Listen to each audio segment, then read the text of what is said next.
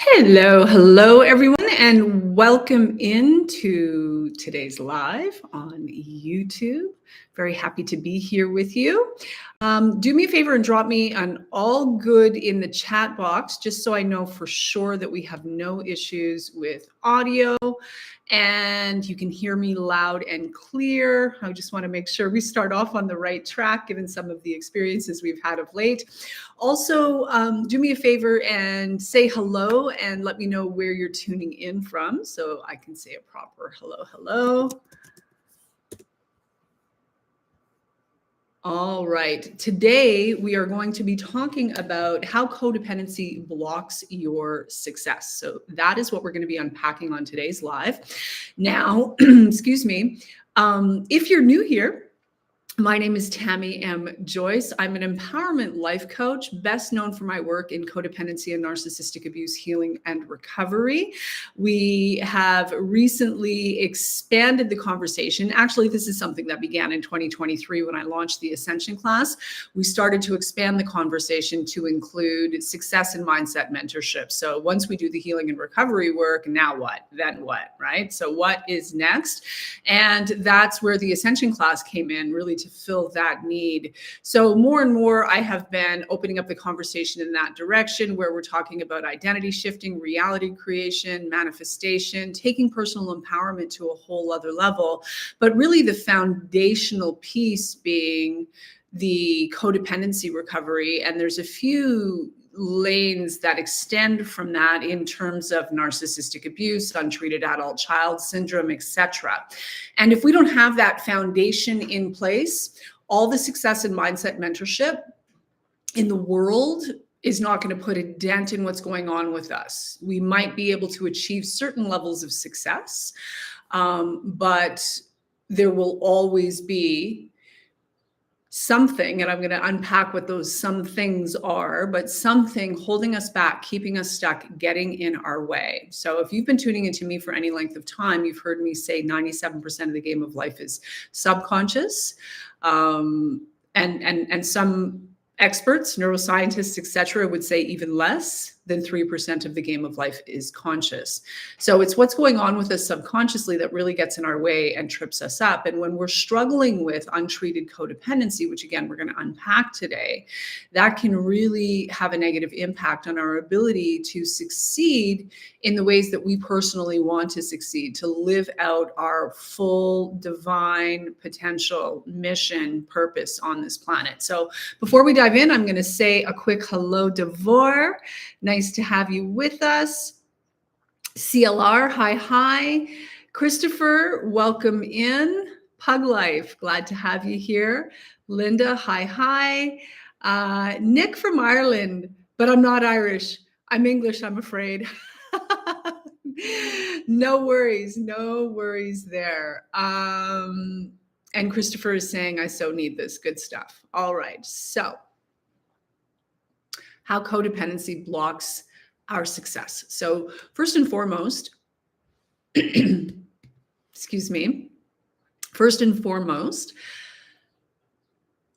your definition of success, right? Many people don't even take the time to stop and think about what their personal definition of success is. My definition of success and your definition of success might be entirely different.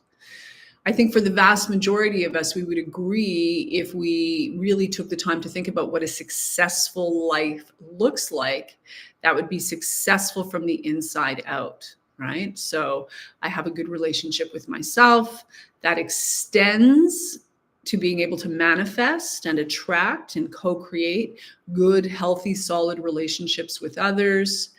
I feel that I am on path, on purpose, on mission. I'm doing work, or, some of you may be retired. So, I have done work.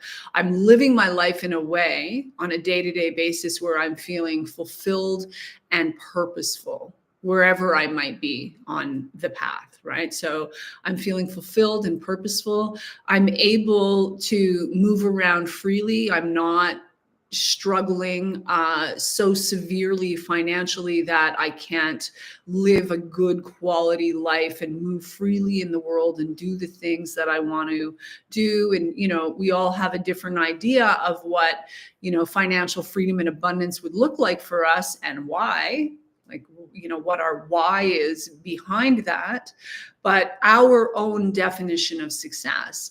And if you were listening just now, you heard that it all stems from the relationship that I have with myself. Now, for me, and I think many of you also, that would include the relationship that I have with the divine.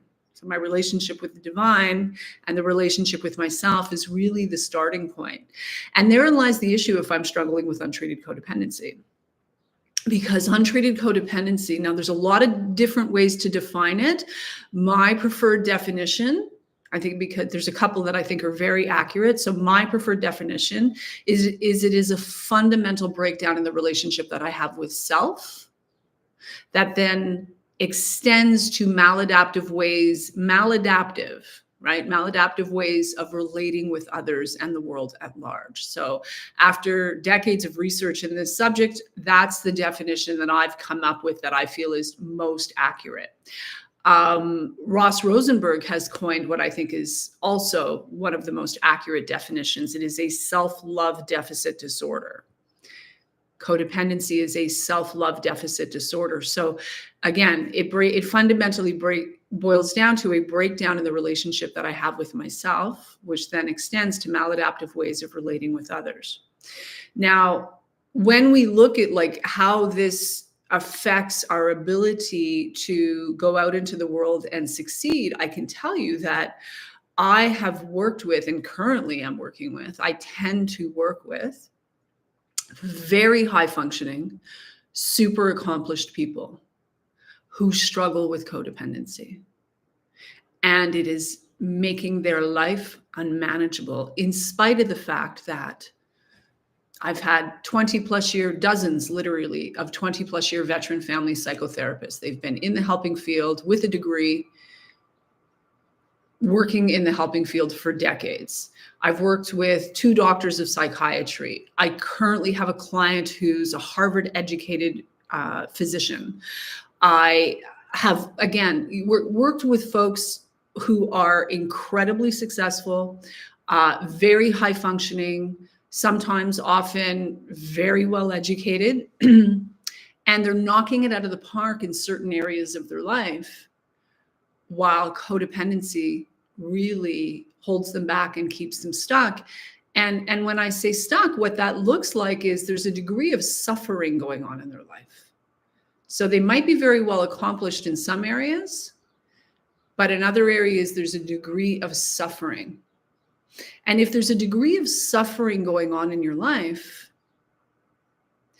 and you are knocking it out of the park and you are quite high functioning, can you imagine if we took care of what it was that was causing you to suffer, just how much more successful, high functioning, accomplished one could become? So it's not because we're suffering from untreated codependency that everything in our life is falling apart necessarily, although sometimes it might feel that way. Again, I have very high functioning, accomplished clients. The issue is not whether or not an untreated codependent can create a lot of amazing things for themselves.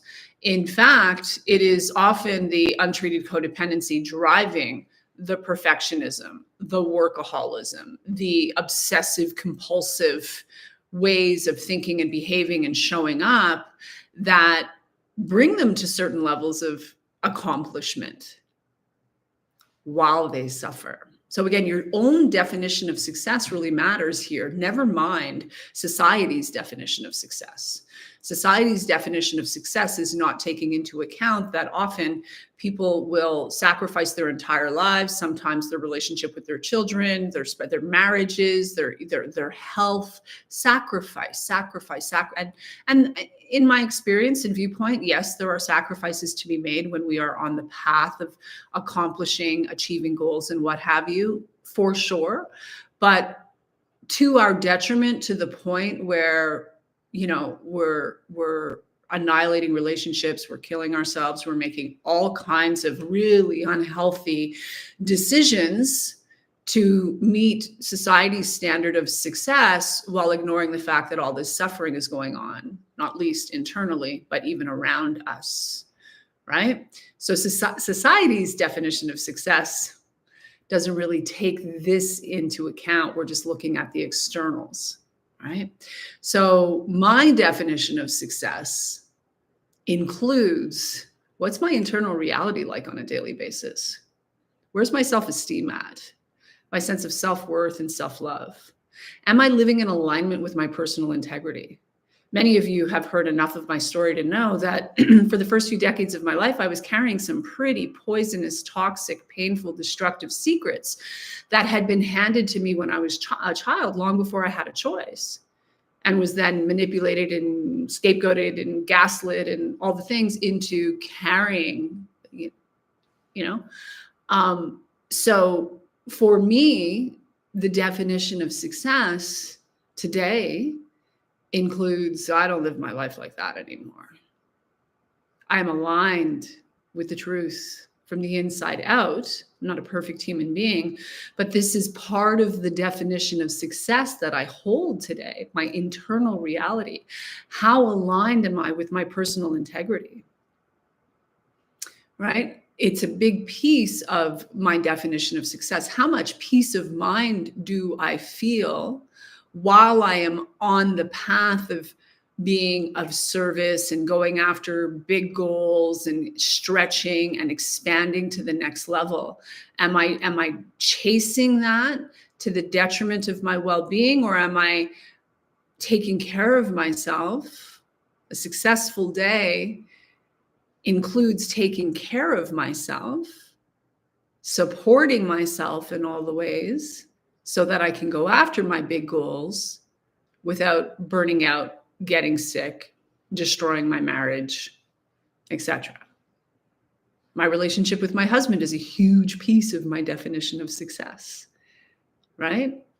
If I'm going after the big goals and the external reality of success to the exclusion of taking care of that relationship, I have a problem. That's not in alignment with my personal definition of success.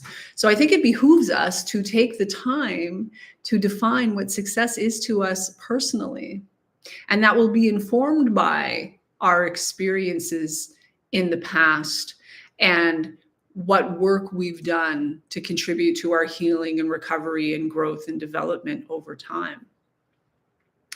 So untreated codependency blocks our success, even if we've managed to achieve certain levels of accomplishment and external factors that society would consider success, because of the suffering that we endure in our untreated codependency and all of the unmanageability and dysfunction that our untreated codependency creates and perpetuates.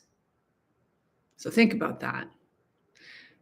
My unwillingness to stand still and do my own work long enough to heal my relationship with myself, address my issues,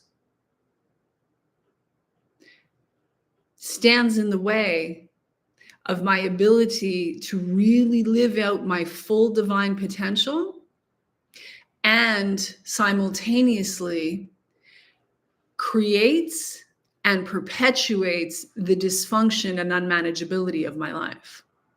So both personally and professionally, I know a lot of people,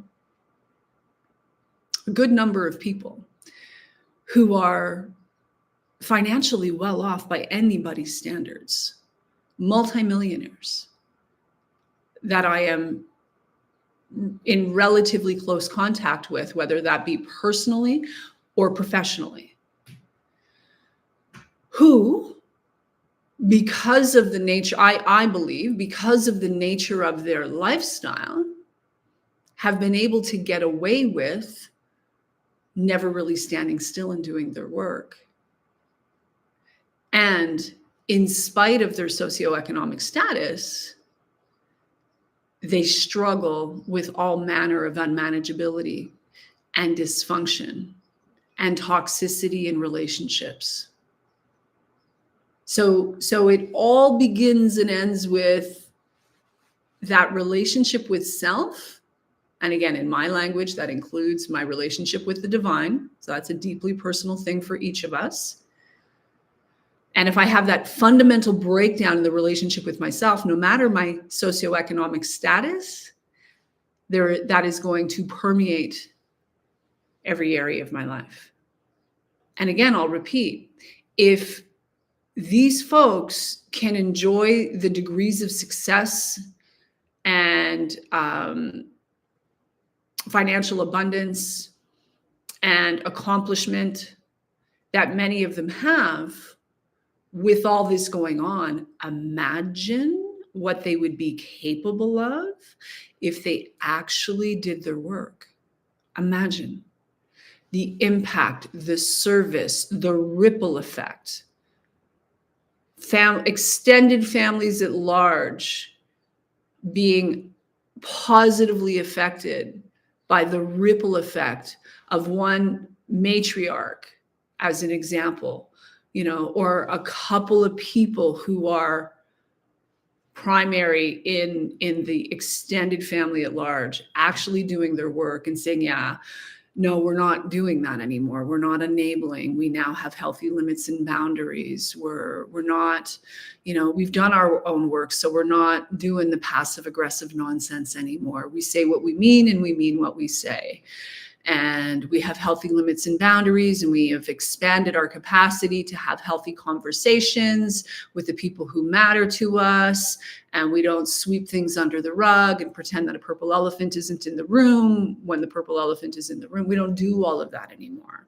The ripple effect of that, in addition to the impact and the service and the ripple effect of that could be possible. So let's have a look at, actually, let me check in with the comments because I tend to just keep going. And I just want to check in and make sure we are all good. All right. Thank you so much for the gratuity. I appreciate that. So drop a comment and let me know whether or not this is resonating with you to this point. Is any of this resonating with you? And if so, what exactly? Steve is saying, longtime viewer here. I make note cards of your content for study. These live shows are high octane. Thank you. You're so welcome. I'm glad you've been enjoying them. I'm very happy to hear that. So let me know in the comments whether or not any of this resonates with you.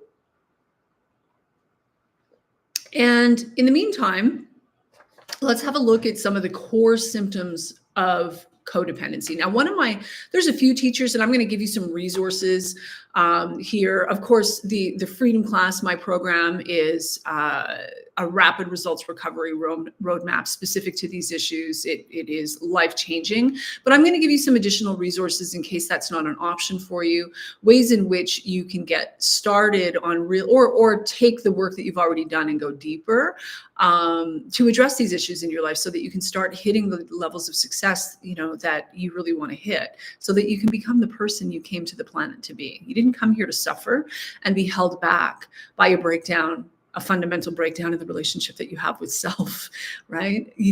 That's not why you're here. You're here to heal and grow and evolve and expand beyond that. So I'm going to get into some resources, but we're going to begin with 5 core symptoms and signs of codependency. So this is from Pia Melody's book, Facing Codependence. Now, Pia Melody is one of my all-time favorite teachers on the subject. Sadly, we just lost her a few months back. She left us. She passed on, which is a sad day for anyone in the recovery movement who is familiar with her work, because she really was a pioneer in this whole conversation of codependency and all that means. So according to her, 5 core symptoms of codependency are difficulty experiencing appropriate levels of self-esteem, untreated codependency, a red flag, a manifestation, is the inability to experience appropriate levels of self-esteem. So what that looks like in an untreated codependent is I'm either inferior or superior. It's never an I'm okay, you're okay. I'm either down here or I'm up here. And I might swing from those two places depending on who I'm engaging with or what the dynamics are. But I either feel inferior or superior. I cannot be, I've got to be looking down my nose at people and propping myself up and feeling better than, or I'm really struggling with feeling less than. I have a very difficult time in a zone of what we would call equal power. I'm okay, you're okay. I have a very difficult time getting there and staying there. Another core symptom of codependency is difficulty setting functional boundaries. So below this live in the description, I've included a link to my Boundary Brilliance program. It is, if you want a black belt in setting healthy limits and boundaries, it is a deep dive taking you through processes that will get you to a place of being able to set healthy limits and boundaries. Another core symptom of untreated codependency is difficulty owning our reality. Difficulty owning our reality. Now, there's a lot of reasons for this. A lot of reasons for this. When you come from family dysfunction, which is one of the primary drivers of, how do we end up codependent, right? When you come from any degree of family dysfunction, especially like many in my audience, if you've been cast as the family scapegoat, there's been so much gaslighting.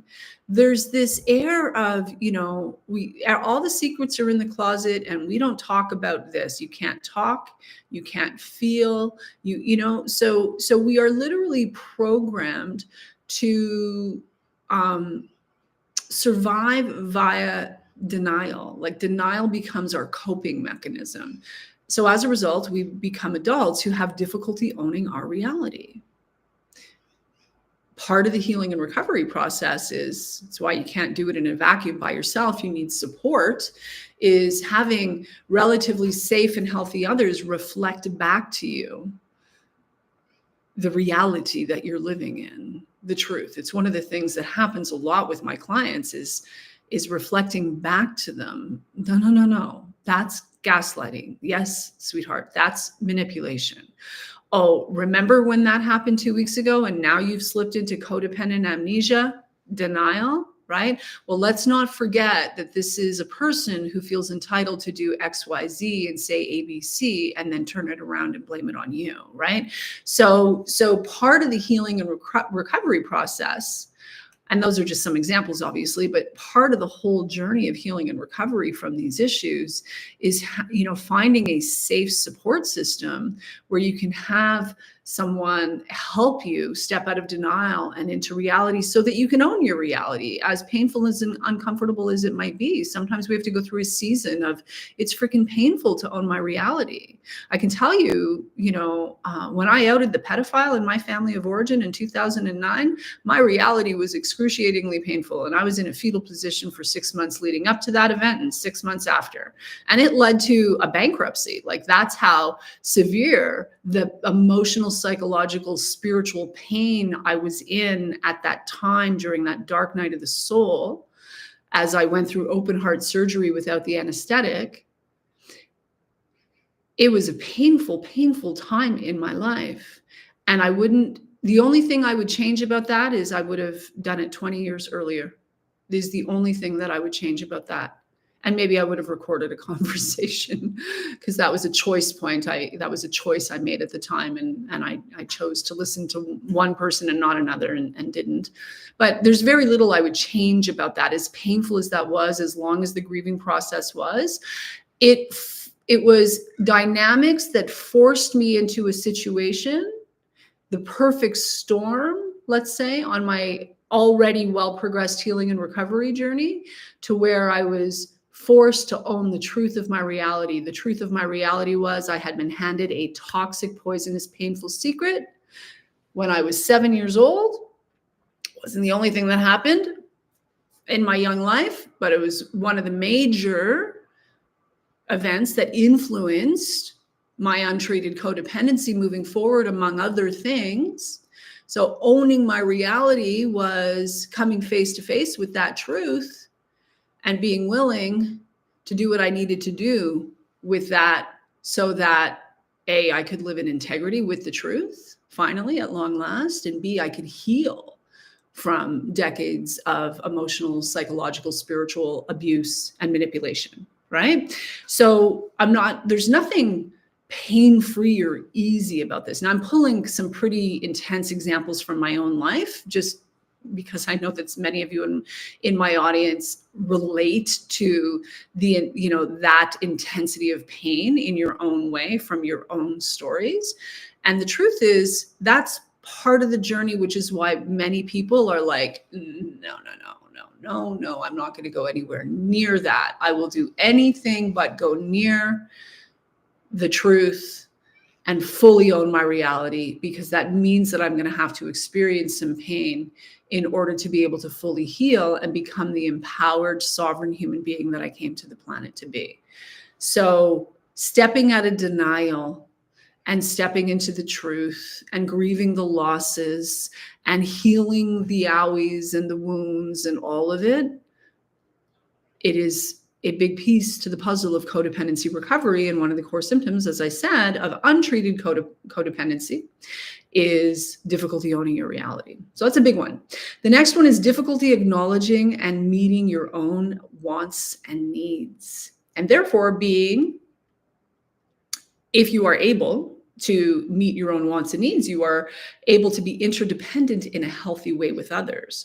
So when you are suffering from untreated codependency, to whatever degree, difficulty acknowledging and meeting your own wants and needs means that you are unable to be interdependent in a healthy way with others. And there's no end to the ways that negatively affects our relationships, our family relationships, our professional relationships, our friendships. There's no end to the ways that has a negative impact. Difficulty experiencing and expressing our reality moderately. So the swings, I'm really high, I'm really low. I'm not talking about personality disorders here. In the realm of untreated codependency, I have a difficult time expressing and experiencing my reality in moderation. I'm super, super excitable. And I'm prone to go really, really dark. And sometimes, often, not always, but sometimes this leads to addictive compulsive behavior. Like for me, that difficulty in experiencing and expressing my reality in moderation, given all of the pain that I was in, led to drinking and drugging alcoholically until I began my sober recovery to what is soon to be, next month, it'll be 20 years ago. And that's a lot of people, right? So when you are dealing with any sort of addictive compulsive behavior, untreated codependency is, among other things, is driving that. It's a big piece of what's driving that. And I want to add to this because I think this is a really important one, and it's a very important one with the clients that I work with, and I think for many of you in my audience, especially if you identify as being an empath, a full-blown empath, we have a high tolerance for inappropriate behavior. In our untreated codependency, we have a high tolerance for inappropriate behavior. Many people come to me wanting to do the work because they're suffering in their untreated codependency, although they might not have that language yet, right? And they think that by doing the work with me, I'm going to teach them how to tolerate abuse better, more, how to be able to stand still in a relationship with an emotionally manipulative, empathy impaired, sometimes completely devoid of conscience individual who feels entitled to hurt them, to batter them, to do all manner of awful things to them and then blame them for the hurt they cause. People come to me thinking that I'm going to teach them how to be able to stand still in that and like do some kind of psychic or, psychological or emotional taekwondo to be able to deal better with that. If I could just become a better communicator, maybe I'd be able to get right. And that is not how it works. That is not how it works. As we do the real work, our sense of self-love and self-worth grows. Our self-respect grows. And our high tolerance for inappropriate behavior diminishes. I don't have a high tolerance for inappropriate behavior. Now, I'm a patient, loving, kind person. I believe this to be true about myself. And I have a certain, what I believe is an appropriate and healthy level of patience and tolerance. Depending on who you are in my life, there may be more or less depending on the circumstances. But there is a limit to my patience and tolerance with regards to inappropriate behavior. And that is not only to protect myself and my sanity and my well-being, but it is also because I refuse to be an enabler. We are complicit in the abuse when we choose to enable, which is another telltale sign of untreated codependency. Having a high tolerance for inappropriate behavior, we enable others in their bullshit and nonsense, and we think we're such a good person. We're so forgiving and understanding and loving and long-suffering, and right? It's what we do in our untreated codependency. And it's nonsense. It's bullshit. And if more people stopped doing that and started loving and respecting themselves more, less people would feel entitled to get away with the kind of bullshit they get away with. It's the truth. It's the truth. So, how codependency blocks your success. When you are operating from a faulty sense of self, a self-love deficit disorder, when your self-worth and self-esteem are impaired to some degree, if not a large degree, when you have difficulty setting healthy limits and boundaries, when you have a high tolerance for inappropriate behavior, when you have difficulty owning your reality and have a tendency to go into what I call codependent amnesia, which could also be called denial, right? We are in denial when we're slipping into codependent amnesia. When we have difficulty owning our reality, when we have difficulty experiencing our reality in moderation, all of our energy and attention and focus is going in the direction of whoever happens to be the captive audience, the hostage we've taken, whatever it might be at the time. Whoever is the focus of our obsessive, compulsive thinking and behaving, we don't have all of our faculties and resources to direct towards our personal definition of success. Now, as I said, from an obsessive compulsive place, we might be able to make it so far while we suffer, but there's a limit to how far we're going to go compared to how far we could go if we addressed those issues. And that takes a specific kind of work. It takes a willingness to actually walk that path for an extended period of time. And as we do that, we experience more success. It's like I progress in my healing and recovery here. I suffer less. I become healthier progressively more and more over time. And then there's a snowball effect in terms of my experience of success in any area of my life, in all areas of my life. The better I do here, the better I do here. Now, what many people don't realize is, like any addictive compulsive way of showing up in life, addictive compulsive ways of thinking and behaving. So like any addiction and compulsion, left untreated, these issues get worse, not better over time. Someone said that to me once about 20 years ago, right before I went into my sober recovery journey. I had been on a dry journey for about 5 years, trying to white knuckle it, doing it by myself. So I had like almost a 5-year white knuckling dry, but it wasn't recovery. And it certainly wasn't sobriety in terms of emotional, psychological, spiritual sobriety. So I was failing miserably, largely because of my untreated codependency. I wasn't dealing with the issues that were driving that addictive compulsive behavior. And God sent me a sober person who looked me in the eyes and said, these issues get worse, not better over time. Left untreated, these issues get worse, not better over time. And that sentence saved my life. It was a turning point. It was a major turning point at a really crucial time in my life. I had just lost my maternal grandmother who died at 92. And I was grieving that epic loss. And the perfect storm, all things converged. And this person looked me in the eyes and said, left untreated, these issues get worse, not better over time. And that notion scared the bejesus out of me. And fundamentally, because I had grown up in such dysfunction with so much untreated alcoholism and what have you around me my whole entire life. I knew what an alcoholic was by the time I was 5. So my whole entire life, I had a front row seat. And so I knew it was true. When it was put to me that way, I'd never heard it that way, but I knew it was true.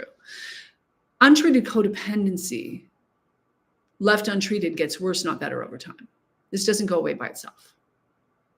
So whatever the suffering is, we have a choice point in our life. In my experience, the divine will take us there, and it's often through pain because that gets our attention. But we have a choice point in our life to turn the tide, to turn this around. And as we turn this around, this begins to amplify also. And until we become willing to do that, this progresses and gets worse, and it has a negative impact on our personal definition of success, progressively more and more so over time. So it's up to us what direction we're going to move in. It's up to us. So my friends, I hope that was valuable for you. Let me check in with the comments. I'm going to open it up for Q&A. If you have any questions, now would be a good time to drop them in the comment section. Am I missing anything? So this resonates. That's good. It's relevant to me. I probably should have addressed some of my own history many years ago.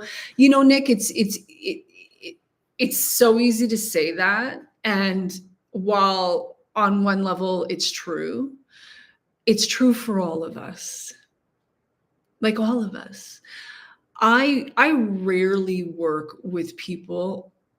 Most of my clients are 50 plus, for sure 40 plus. And I rarely even get on the phone with someone under 35 because it has been my experience that it's rare that people are ready to do the work. Now, I have made exceptions. I currently have a 30-year-old client who's completely committed to the work, and she's making amazing progress. And over the last number of months, I had another client, I think she was 32, who was completely committed to the work. There are exceptions, but most people haven't hurt long enough at that age to be willing to go to the lengths necessary to do the work, to be really committed to the work, to make the changes. And we all have things we do differently. So, you know, it's okay to acknowledge that, but don't hold on to that. Hold on to that very loosely, if at all, because, you know, we come to the work when we're ready. And there's really good reason why we resist. You know, in my early 20s, I had a therapist tell me that I needed to come out with the truth with regards to the pedophile in my family and what happened as a child. And I intuitively knew that if I did at that time, I don't think I would have survived. I was such the family scapegoat, and there would have been such attack that my survival would have been in jeopardy. So it's very easy for me to say the only difference I would make in you know, the coming out with all of that is I would have done it 20 years sooner. But the truth was I wasn't ready, and it might have cost me my life. That's That's the truth, right? So we want to be gentle, kind, and loving with ourselves when it comes to these issues. That doesn't mean giving ourselves a pass. We have to be the adult in the room, tending to our wounded inner child and those aspects of ourselves. We want to be the adult in the room, making good decisions and then making more decisions to back ourselves in the good decisions consistently, reliably, predictably. Again, we have to be the adult in the room. So we don't give ourselves a pass, but being tender, gentle, kind, loving with myself on this journey has moved me forward so much faster than being critical and judgmental and harsh ever has. CLR is saying, it is definitely resonating. I am excited about doing the work you're mentioning. Been working on my codependency a long time. And then Inspired Mama is saying her name again. So Pia Melody is her name, Pia Melody. And I said I was going to mention some resources. So there's a link below this video where you can go to my website, click on programs and reviews for all the details. The Freedom class is there. I'm still currently running a group, although I don't know that I'll be running a group in 2026. There's a question mark over that right now, but we have a self-study version of the program. Private one-on-one is an option with me. If you're interested in working with me in close proximity. And we have payment plan options to make it easier for anyone who's got those kind of constraints. So that option is available for you. If getting involved in any kind of formal coaching program is not an option for you, you can pick up the books for like $20. And some of these books are easy to find even in secondhand bookstores. So even less, but I would absolutely highly recommend, if you're in my audience and any of this resonated for you, that you must read Facing Codependency by Pia Melody and Codependent No More by Melody Beattie. And, you know, some of the books that I have read in recovery, I have read on repeat. I'm going to share one of them with you here in a second. And I know people who've been in recovery for decades who read, for example, Melody Beattie's Codependent No More at least once a year. They make a point of it as a refresher. Healing and recovery from these issues is ongoing. You can make huge progress, quantum leap in a short period of time, but you're always going to have, we're human beings, you're always going to have these tendencies, and you're going to want to be self-aware and on the path, ongoing, so that you don't regress and slip back into old ways of thinking and behaving, because that's what happens if we're not living in the solution actively. So for resources, those are the top two books that I would recommend. There's another really good one for the ladies called Women Who Love Too Much by Robin Norwood. So again, Facing Codependency by Pia Melody, Codependent No More by Melody Beattie, Women Who Love Too Much by Robin Norwood. And then this is a book that I've read. This is also by Pia Melody. And this was my Bible for quite a number of years in early recovery. Like, I've probably read this book 6 times over the years. It's been a number of years now. But Facing Love Addiction. So this is giving yourself the power to change the way you love. So there's codependency, and then there's codependency on steroids. Codependency on steroids is love addiction. And this is, you know, really when we lose the power of choice. We are so trauma bonded that we are addicted, and we are in toxic relationship dynamics where someone's always running, someone's always chasing, someone's always running, someone's always chasing. You might be the person who's always running, you might be the person who's always chasing, or you might be in a relationship dynamic where you do both. As soon as someone's running, you're chasing, and then you stop, you get tired of chasing, and you're like, balls to this, and you stop and you turn around, you start moving in the other direction, and all of a sudden that person's running after you. And then they're like, yeah, no, right? And you know, my father and stepmother in their sickness, and it was sickness, they did this for like 2 decades.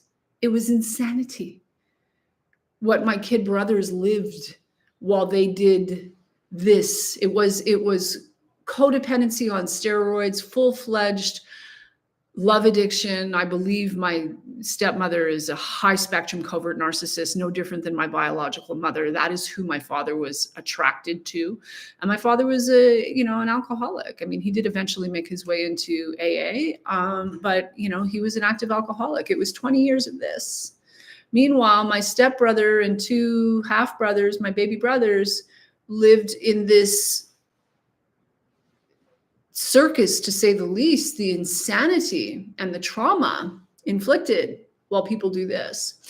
So if you know that there's more going on with you than codependency, or you suspect, because you are so trauma bonded, facing love addiction is a really, I think it's one of the most important books in the recovery movement that so many people aren't even aware of.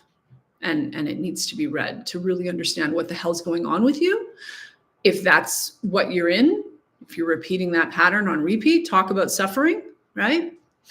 And more importantly, what the solution is. What's the solution?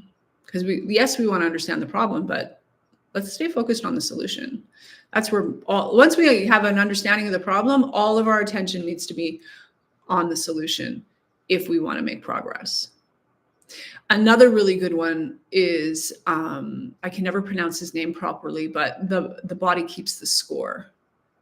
The body keeps the score. Look that up if you suspect that you are trauma bonded in toxic relationship dynamics. And it's not always romantic. You can be trauma bonded to a very destructive family member or boss. Right? Like, it's not always romantic. I mean, it's most intense and common, but it can be in other areas of our life also. And the issue is with us. The big question is, what the hell's going on with me that I keep showing up for this? Whether that's with family, your in-laws, your romantic partner, a toxic friend. Like, that's what we have to look at. And I can tell you, last year I let go of a 40-year friendship that I had. If I was dirt honest, I should have let go of it in 1991 based on something that happened when we were on a holiday together. All the information was there. But I stayed in the game with her, and sometimes that was from a distance. And I put up with a lot over the years, a lot of being misunderstood, a lot of being misrepresented, a lot of being projected upon, a lot of being manipulated, a lot of controlling nonsense, a lot of nonsense. And I had enough, but not for the first time. I walked away from that relationship before, and I ended up giving it another shot, again from a distance, and things just came to light where I was like, what am I even doing? And I teach this stuff. And if I'm dirt honest with myself, there was two things going on there. And this is, I share this with you, not to out anybody or whatever, but to, so that you can get in the habit of self-reflection, because that's, we can talk about them all day long, but the real issue is what's going on with me that I'm even doing that on repeat. So if I'm dirt honest with myself, what kept me in the game for 4 decades instead of 4 years was love. Truly, I genuinely loved the girl like a sister. That's a piece of it, and that's true, and that's valid, and I will forever love her, but now from a distance, because my life is a zero tolerance zone for the kind of toxic BS that she brings to the table, period. So that's valid, and we can give ourselves permission to love these people, even if we've decided we have to do that from a distance. But another piece of it is she was an external representation of my relationship with the women in my family. She could not see me. She saw me through a distorted lens. She perpetually misunderstood and therefore misrepresented me. She was incredibly controlling and manipulative. She had zero desire or intention or ability or capacity to do her own work.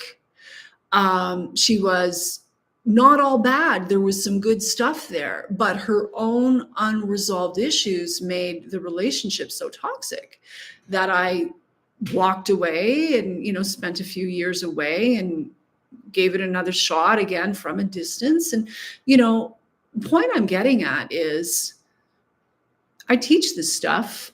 And it was last year when I was cutting that tie, and I've been teaching this stuff for a long time. So we want to be gentle, kind, and loving with ourselves. Recognize that healing and recovery from these issues is ongoing, and there's various stages and layers over time. If I did not have codependency recovery, I might have stayed enmeshed in that, where a good portion of my energetic, my psychic, like my bandwidth, my energy, my mental capacity, my energy and focus would have been going towards that instead of this and where it does go. So over time, cleaning up, doing our own work, answering the question, what's going on with me that I'm even in the room, on repeat sometimes, and doing that work to clean that up over time. And some relationships will change. People will adapt to your new way of being, and some relationships will fall away and you will grieve losses. I grieved the loss of that friendship for a year. And still I know I made the absolute right decision, and that door is closed permanently by virtue of how she behaved when I brought a legitimate issue to the table for discussion. And it was classic. I could predict it. I knew it was going to happen. Sure enough, she did not disappoint, right? So I love from a distance. And my attention and my energy goes where it's meant to go, as opposed to being consumed by all of that nonsense, right? And she thinks she's healthy and she's educated. To her credit, she's worked very hard. And the toxicity absolutely annihilated a 40-year-long friendship, right? It's the way it goes sometimes. It's the way it goes. But these people can be our master teachers on our path of growth, development, success, becoming who it is that we came to the planet to be, the work that we came to the planet to do, who I'm intended to be. I'm not intended to be someone who's walking on eggshells just to survive a relationship with a neurotic friend who is fundamentally, constitutionally, fully incapable of looking at her own stuff and is so steeped in fear and shame that the slightest little triggers her stuff and then it's projected all over me. So to survive the friendship, I have to walk on eggshells, right? Many of you can identify with that, whether you're doing that in your marriages, in a friendship like I did, with family members, with your in-laws, at work, whatever it is. We did not come to the planet to twist ourselves into some sort of pretzel that is acceptable to them, that hopefully doesn't bump up against their stuff while we walk on eggshells, hoping we don't step on a landmine or trigger their, whatever. Like, oh my God, the energy, the work. And then we wonder why we're struggling to hit our goals, right? Clean all that stuff up, starting with what's going on inside of you, and you will be amazed at where you can go and what you can accomplish. Amazed. So, what's happening in the comments here?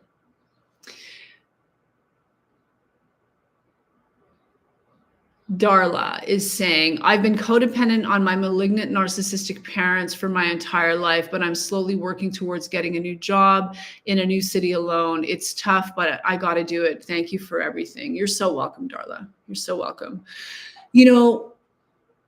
A move like that can be really helpful. Let me just check the time here. We're doing good. So a move like that can be really helpful in terms of distance. I know for me, in my early 20s, I started putting a pack on my back and traveling Europe, Asia, what have you. I'd go away for extended periods of time. And because I did a number of those trips, I started to recognize a pattern. Whenever I went away, I got better. I felt better in my own skin. I got healthier from the inside out, emotionally and psychologically. I got better. And then I'd go back in close proximity to my family, would have me like this in no time. And then I'd go away and I'd get better, right? So over time, I recognized that pattern. And what I will say about that is that distance can be helpful in terms of you being able to come into your own to a certain degree, but it's just geography. No matter where you go, there you are. So because you make that move, if you're feeling better, that's great, but don't stop there. Don't stop there. Commit to a real healing and recovery process so that you can go the full distance, because you deserve that. Wherever you go, there you are. And a move is just geography. And what happens to us, and many of you already know this because you've lived it, is you will just attract your parents in a different form, whether that be a boss, a neighbor, a friend, a romantic partner. They will just show up in a different form until you deal with what's going on inside of you, no matter how far you move. No matter how far you move. So just keep that in mind. I take too many U-turns, so I am still stuck. So at a certain point, Lucy, the stuck is going to become so painful, or the consequence of the U-turn is going to become so painful that you're going to be willing and ready to commit to the work. That's how it goes. And you get to choose. Like, you can choose to make the commitment before it becomes so painful, but that's what inevitably happens. Nick is asking, is it hard for you to determine from a prospective client how committed they are going to be? Or do you get a lot of people who waste time and don't put the work in? Varying degrees. We have consultation calls for a reason. I can't say that there haven't been people who have bought any of my programs and not done the work. That happens. But I know myself, I have bought programs today that, I've bought programs at a point where I actually didn't dive into them until 2 years later. It was like I made the investment then for my future self. So I really just trust everybody's sort of divine path and their higher knowing.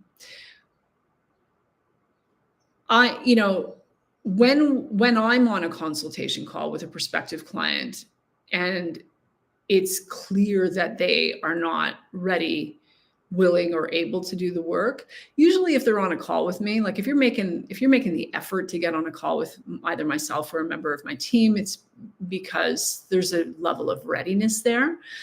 But we have conversations sometimes with people where they don't get accepted into the program because what they want is not what I do.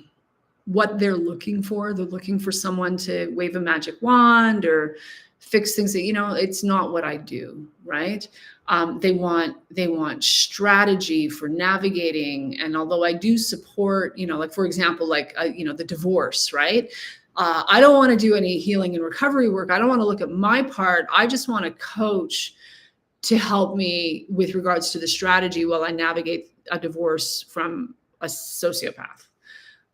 Now, I support clients from a strategic perspective when they are doing the work of healing and recovery.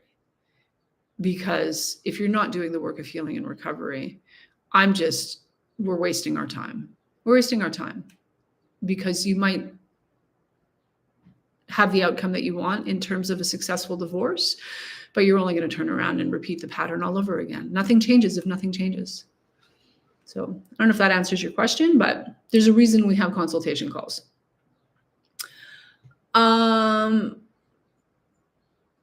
Inspired Mama is saying, sounds exactly like my ex-best friend of 30 years plus.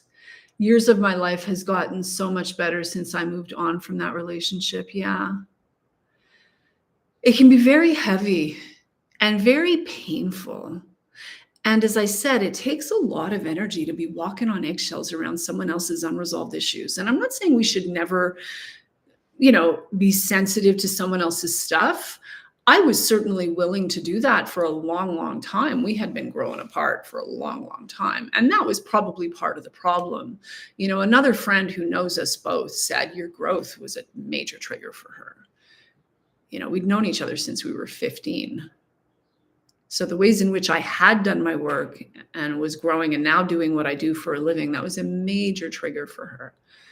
And there's truth in that, but the point being, it takes a lot of energy to walk on eggshells around someone else's nonsense. Yes, we want to be compassionate and kind and loving and patient and tolerant, but to a limit. Like that's not infinite. While you misunderstand, misrepresent, and project all over me, while you feel entitled to, while your behavior is screaming jealousy, and you're feeling threatened, and that's coming out sideways. Like, that's a lot to have to, now some of my clients decide, it's with a sibling or whoever, they decide to continue to navigate that, but they learn to do that with healthy limits and boundaries, so it's not so destructive. We don't always have to amputate and completely divorce everybody. Sometimes we do, but we don't always have to. And it's very individual. It's deeply personal. All right. This is so true. Okay. All right, friends. Well, I hope you found that valuable today. This current schedule for lives for the summer anyway is Tuesdays and Fridays at 1 p.m. Eastern. If you want to learn more about how to work with me in one capacity or another, there are links below the video where you can click on a link and apply to see if you qualify for a free one-on-one consultation with either myself or a member of my team. There's a link to the website where you can click on programs and reviews for all the details on all the things we've got going on. And Rise begins tomorrow. So last month I got the download to offer something completely new and different, and I'm very excited about it. It's called Rise, the Aligned Business Incubator. So for any of you who have always wanted to get started online to create some form of service-oriented, impactful business, but you just don't know where to get started, I'm taking people through, it's a small, intimate container. A group, we're going through a 12-week program. It's a beta version of the program, so the price is really accessible, and we have a payment plan option available, but that starts tomorrow, so Wednesday, July 9th at 7 p.m. Eastern, and that'll be 12 weeks taking you through the process to get yourself really pointed in the right direction and on path to doing the right things, to creating, the freedom laptop lifestyle for yourself is really what it boils down to, but in a way that is aligned with your heart and your soul, and, really puts you on a path to living out your divine soul's mission and purpose on this planet. So if that's of interest to you, the link is in the description below this video. So with that, I'm going to call it a wrap. As always, I will leave you with this. Know your value and unlock your freedom. Mwah. Much love. Bye for now.